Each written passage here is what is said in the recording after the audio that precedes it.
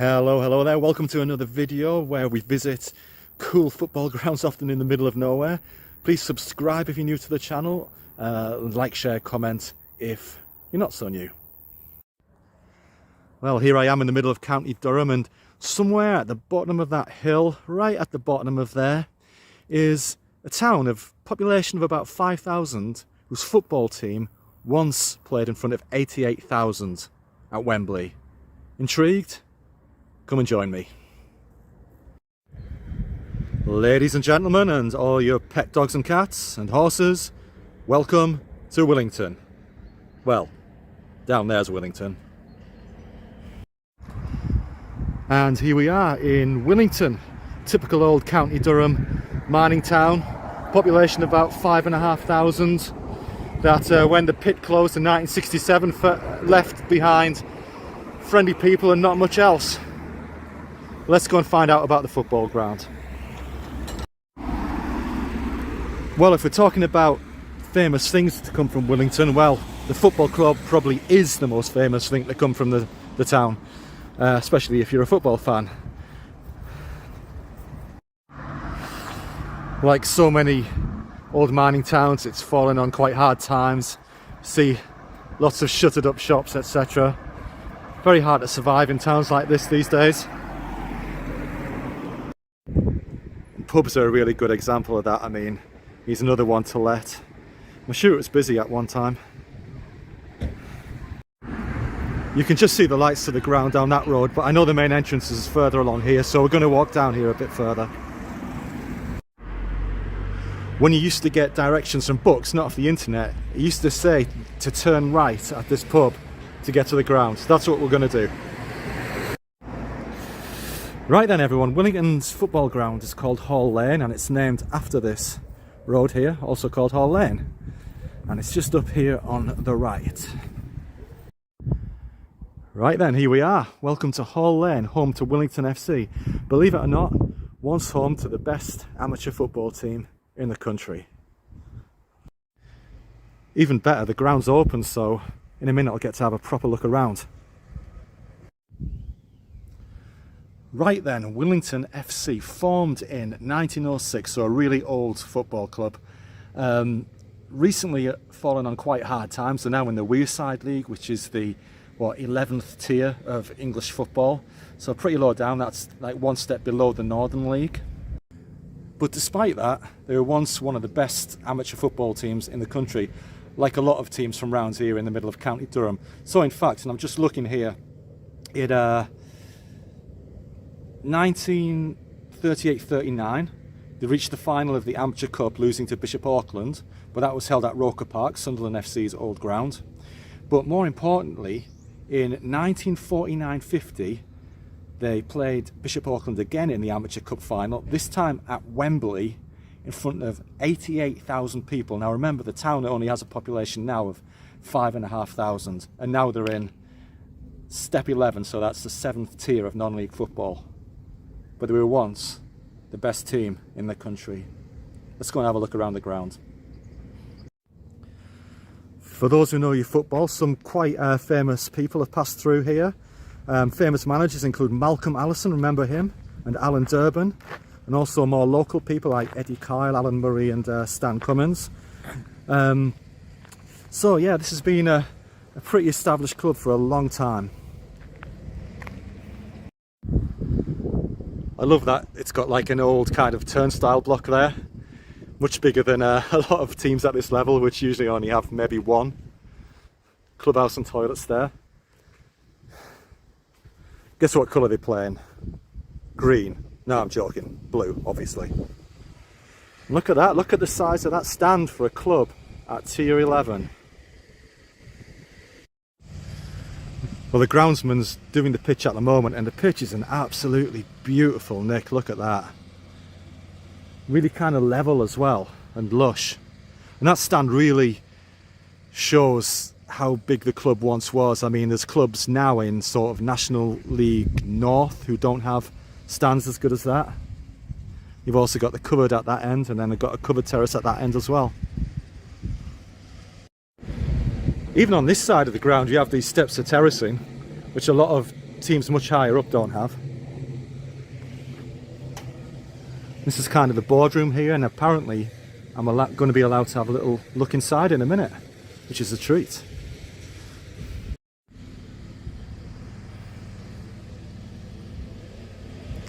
Willington FC, founded in 1906. Alright then, let's go and have a look inside. So I guess these are the changing rooms. Don't see these very often.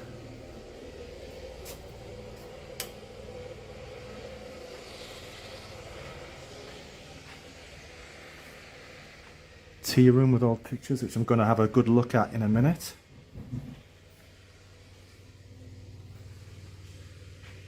Referee and linesman. Manager. Like a kind of home dressing room.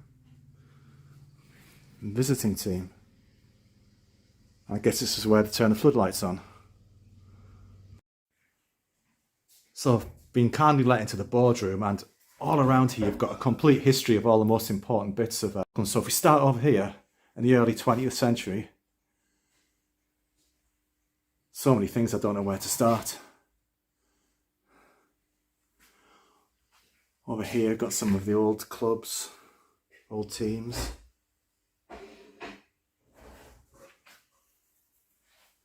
Come around here and you've got a perfect view of the pitch. Over to the 1940s over here, post-war years and during the war.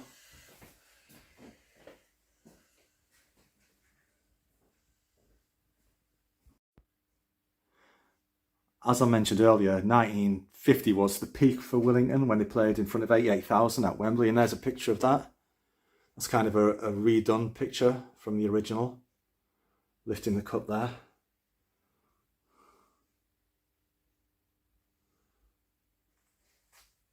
Leading out the team there.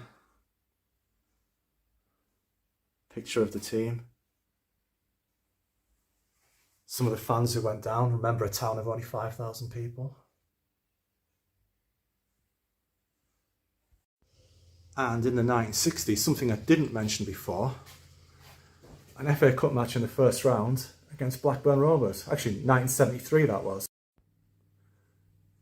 Notice that it was a 2:15 kickoff then. Obviously, that would have been pre-floodlights, so a slightly earlier kickoff. And that was the peak for the club, but obviously, like every team since then, you've still got a long, proud history. A few trophies here and there. But I want to show you in a second a picture of some of the most famous managers. So here amongst the famous managers, you've got Malcolm Allison, who I mentioned before, with his famous cigar, but not his fedora. And that was in 1984. Alan Durham, very famous in these parts. Just on the other side, we've got the entrance, well, the back of the tea room. So if you ever wondered what it's like in here, there's your prices for you. Well, I've spent probably an hour in here just talking to the volunteers, the guys here about the place. And the upshot is that, you know, they are going through a few difficult times, Willington. They're basically having to start almost afresh at the moment. But what a beautiful ground they have here. What I'm going to do now, I've actually put the lights on, so I'm going to have a little closer look at the change rooms and stuff like that. So let's go and have a look at that. Right, so back at the referee and linesman, or lineswoman room. Very basic, as you can see. Very close to the boardroom, literally opposite. A couple of pictures in here. And you've got the shower room round the back here and bathroom. Right, and back in the home changing room. Hardly Premier League, is it here? But it's really good, really basic. But wooden benches over there, sink. Physio's room. You can still smell actually the liniment oil kind of thing. They had a match last night against Windscale, I think.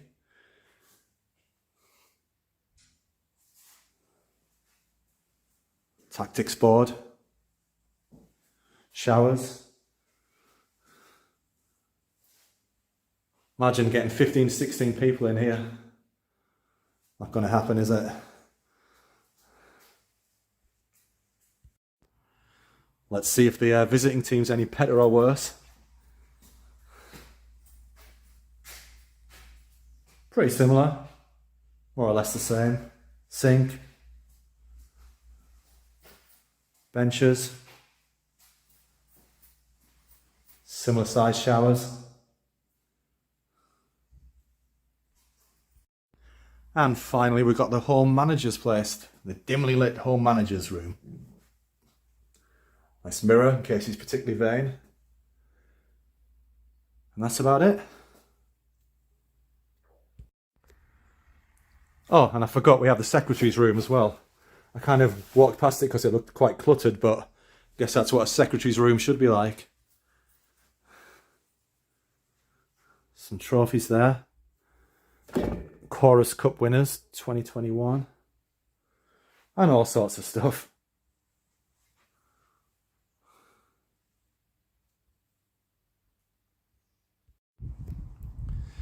Just going to have a wee walk around the ground now.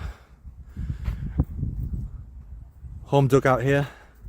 A little bit better than the one at Towlaw I went to, which you nearly banged your head on the roof if you got up too quickly. Just come behind the goal here underneath the terrace. Now, an interesting quirk about Willington's ground is when they were in the Northern League last year, they're the only Northern League ground that has covered accommodation on all sides of the ground. So if you look over the clubhouse over there that we were in, the boardroom, there's actually a little covered terrace at the front there. You can see there. And we've got the one at that end. And obviously the old established stand over there. Another thing that's quite apparent is the kind of banking around the ground. A little bit like Crook. You can imagine back in the day, you could get a lot of people into the ground just by, standing on these banks when health and safety wasn't such a big issue. It's time to go into the main stand and sit in the best seat in the house. Well, actually, I think I've already done that in the boardroom, but let's have a look in here.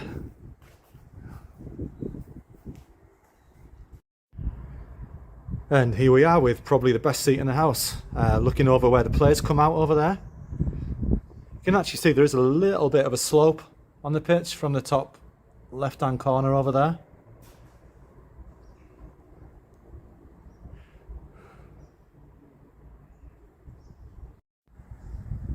Gents, what do we think of those toilets? Yay? No, I don't think so. I wonder if at one point this was the old tunnel, whether the changing rooms were behind us. I have no idea. But it looks good. Considering there was a match here last night with about 80 people in, the ground is in such spick and span order. It's a real credit to the volunteers here who I've just been talking to. But all non-league teams have them. They keep the clubs going.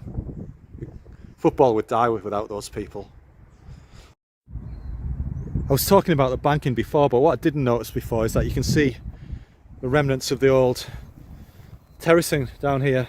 I'd imagine back in the day it's probably made of old coal mining spoil heap stuff. That's how they tended to build these banks up back in the day. Right then, I think that's enough for today's video. We've been at one-time FA Amateur Cup winners Willington FC. Hope you really liked it. Please subscribe if you're new, or like and comment if you're not. And I'll see you in the next one. You take care.